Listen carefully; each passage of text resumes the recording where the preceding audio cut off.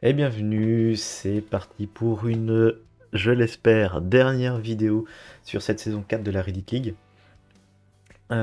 Vidéo donc de Playdown, demi-finale contre Pawnoob.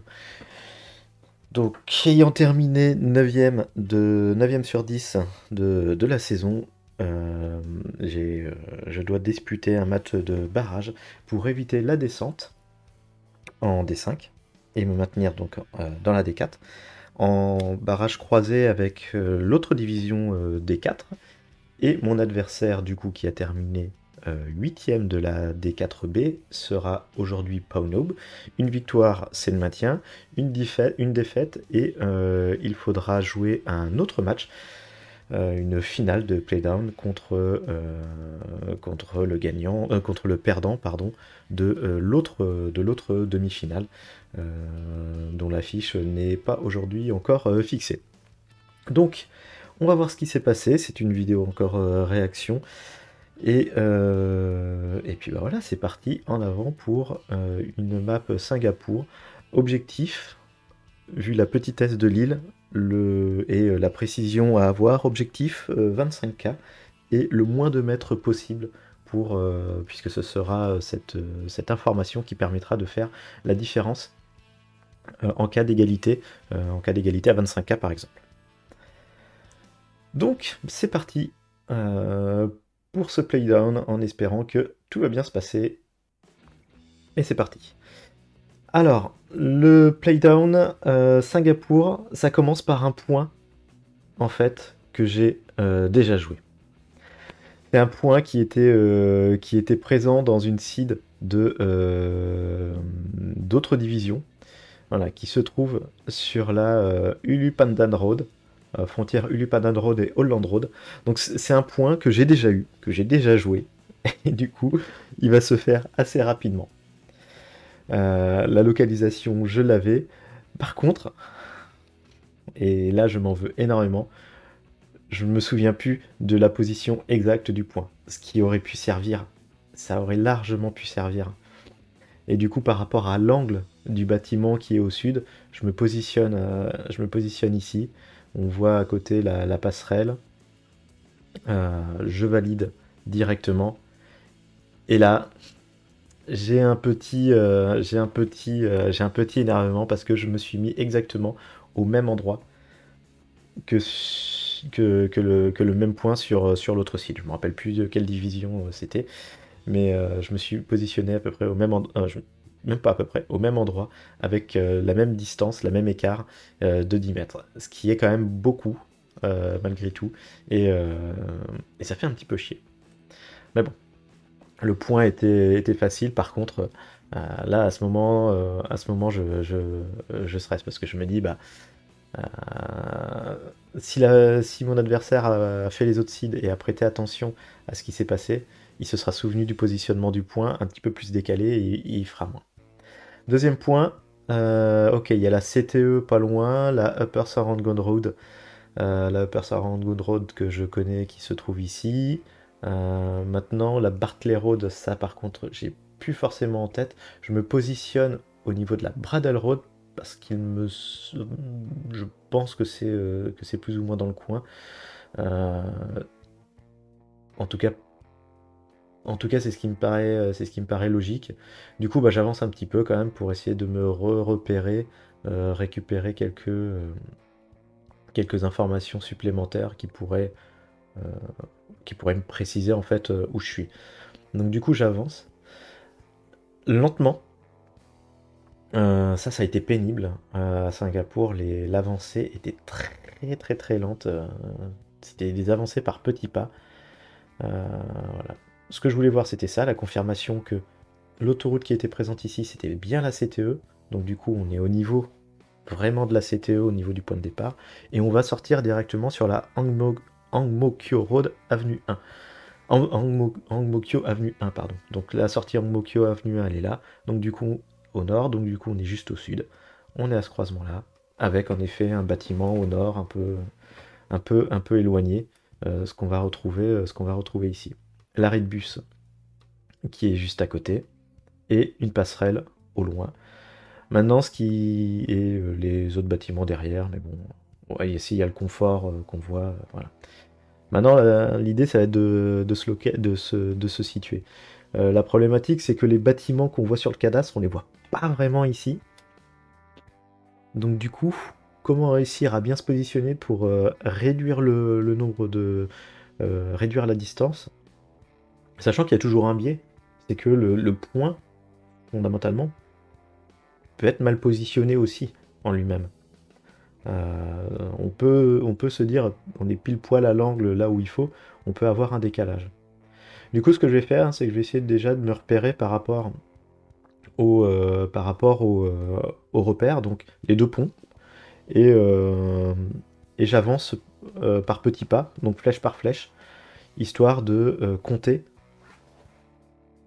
la distance entre les deux centres des ponts. De mémoire, je crois que j'étais à 9 à gauche pour aller sous la passerelle et à 16 à droite pour aller sous le pont. Donc, donc ça fait à peu près un tiers, deux tiers, un gros tiers et deux petits tiers, quoi.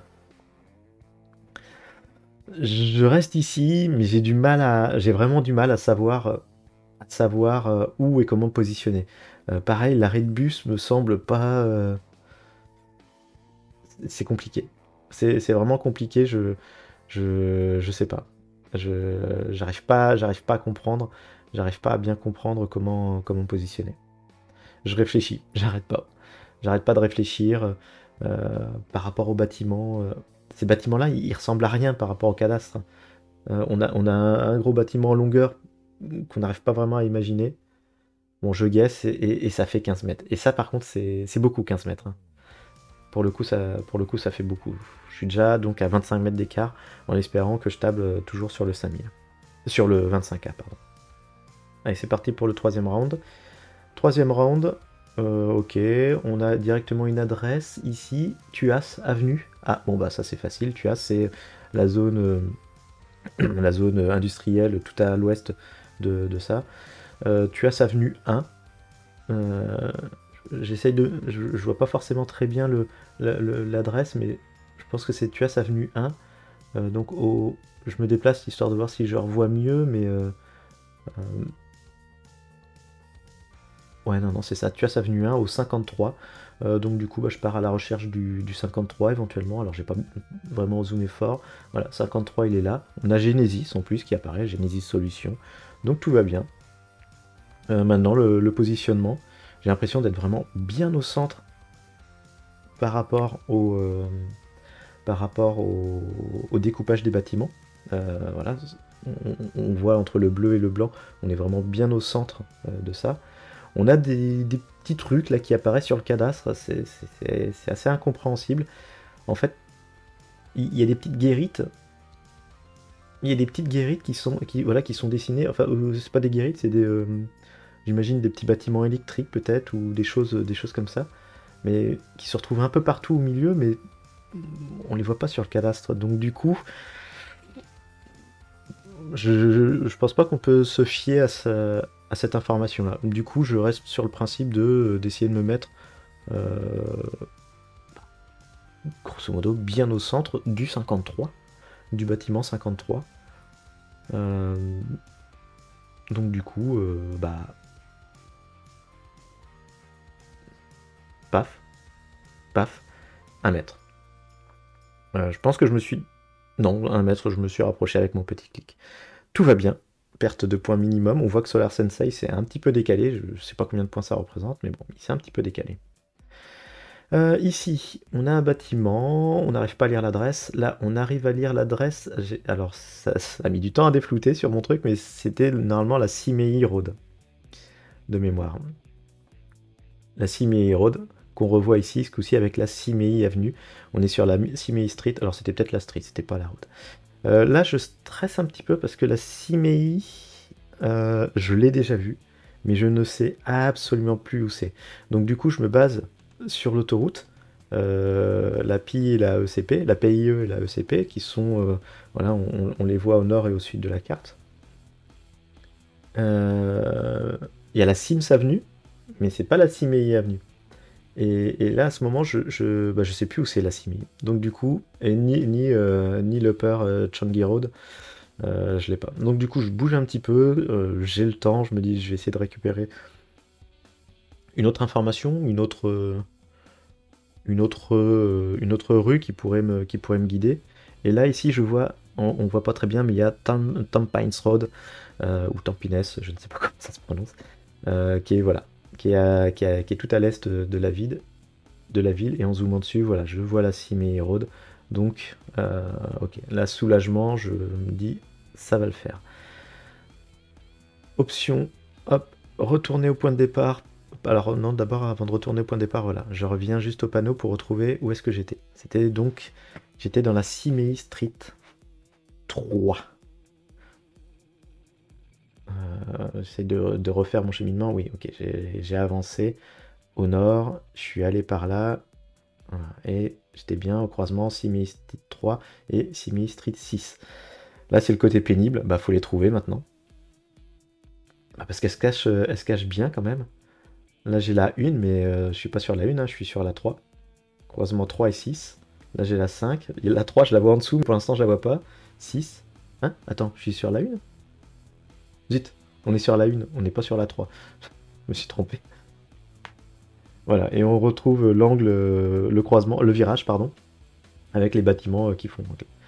Du coup, maintenant, bah, hop, nouveau travail de positionnement pour essayer de faire le minimum de distance. Et en revoyant la partie, là maintenant, je me dis que je suis un petit peu concon. Pourquoi je suis un petit peu concon? Parce que là, je vois que je suis à peu près au centre de ce bâtiment 107. Au centre de ce bâtiment 107, donc plutôt vers l'intérieur de la courbe, et que je suis grosso modo à l'extrémité, du coup nord, du bâtiment, ça doit être le 256, oui voilà, le jaune 256. Ah non, voici, plutôt à l'intérieur. Et je me mets pas suffisamment à l'extérieur par rapport à ce que j'ai vu et ce que j'ai dit sur le coup, sur le moment. Donc là, je perds quelques mètres bêtement. Dernier point, ça sent pas très bon au départ. Truc résidentiel, pas d'informations. Ok, j'avance un petit peu. Et là, c'est l'entraînement qui va payer, puisque je vois, voilà, Nanyang View, Campus, Nanyang Executive, machin. Et la veille, j'ai galéré sur un point. Et Nanyang View, et normalement, je vais voir la Nanyang Avenue ici. Ouais, j'ai galéré sur un point ici. Qui correspondait en fait à voilà, l'université technologique de Nanyang, que j'arrivais pas à trouver parce qu'il se voit pas forcément très bien. Et surtout, il y a d'autres Nanyang dans Singapour. Mais là, on était bien sur le campus universitaire et j'avais galéré à le trouver. Donc là, du coup, bah, je gagne du temps parce que je sais où c'est, je sais tout de suite où c'est. Par contre, réussir à se positionner dans cet endroit-là, c'est assez infernal. Je suis sur la Nanyang View, ok, mais à quel niveau, j'arrive pas à comprendre là sur le coup. Donc du coup, j'ai 3 minutes. Je connais le point de départ où je me suis où je suis arrivé, enfin pas le point de départ, mais le bout de la Nanyang View. Donc le croisement avec la Nanyang Avenue. Donc je décide d'y retourner et on va faire une avancée par petits pas, bâtiment par bâtiment. Et je vais positionner la carte en mode toujours visible. Voilà, hop, toujours visible mais en petit. Hop, voilà. Et je vais avancer. Donc là, voilà. Alors j'ai bougé, voilà, ok, je suis ici. Donc j'ai bougé, j'ai un premier croisement qui est un premier chemin, qui est ce petit chemin-là, ok. Si je continue d'avancer, j'arrive à un autre croisement avec une route qui part au nord et... Ah, là par contre c'est bizarre parce que le croisement, voilà, il devrait être en haut, mais ça correspond pas du tout. Et là je vois par contre une route qui part sur la gauche avec une sorte de rond-point. Les bâtiments au niveau du cadastre, donc voilà, il y a une route qui est pas tracée, ça le fait. Autre croisement, voilà, ça c'est ce croisement-là, tout va bien, j'avance, je vois au nord les bâtiments, je positionne déjà mon point, voilà, là je suis ici, je vois le cercle de l'Executive Center que je vois sur la carte, on continue d'avancer, et donc en toute logique, on arrive en fait à un rond-point. Donc le rond-point, bah c'est un carré, mais bon, c'est pas grave. Et du coup, mon point de départ, il est ici, donc je suis à ce croisement-là, tout va bien. Vraiment, je prends le temps d'assurer le truc, on a le temps, voilà quoi. Je reprends le point de départ, on est bien ici, donc au croisement du 15 et du 21. Le 15 qui est écrit là aussi. Voilà. On est au niveau de l'avancée, ok, et de ce côté-là, on est sous l'avancée. Donc, quelque part, par ici, à peu près, là ça va se jouer à 1 mètre près, quoi. Avec zoom à fond pour bien jouer. Et là, voilà, 4 mètres. Le point est un tout petit peu décalé, mais donc ça le fait. Du coup, je termine. À ce moment de la partie, je regarde, il n'a pas joué. Mon adversaire n'a pas joué. Je voulais reconfirmer qui c'était bien Paunob. Et à ce moment-là, il n'a pas joué. Mais par contre, plutôt un score correct. Voilà, j'ai fait 37 mètres. Allez, petit rajout. Quelques temps après, tout le monde a joué. Et j'ai donc enfin le résultat de ce playdown contre Pawnoob, qui heureusement va avoir tourné en ma faveur, mais de pas beaucoup. Il finira en 46 mètres. En un peu plus de temps, il aura pris un peu plus de temps que moi. A priori, je pense qu'il n'a déjà pas dû jouer les autres seeds, vu le temps qu'il a mis pour trouver le premier point. Que je rappelle, hein, on avait eu sur une autre seed dont je ne me rappelle plus exactement. Je me rappelle plus exactement laquelle. Mais voilà, le temps a été un petit peu plus long et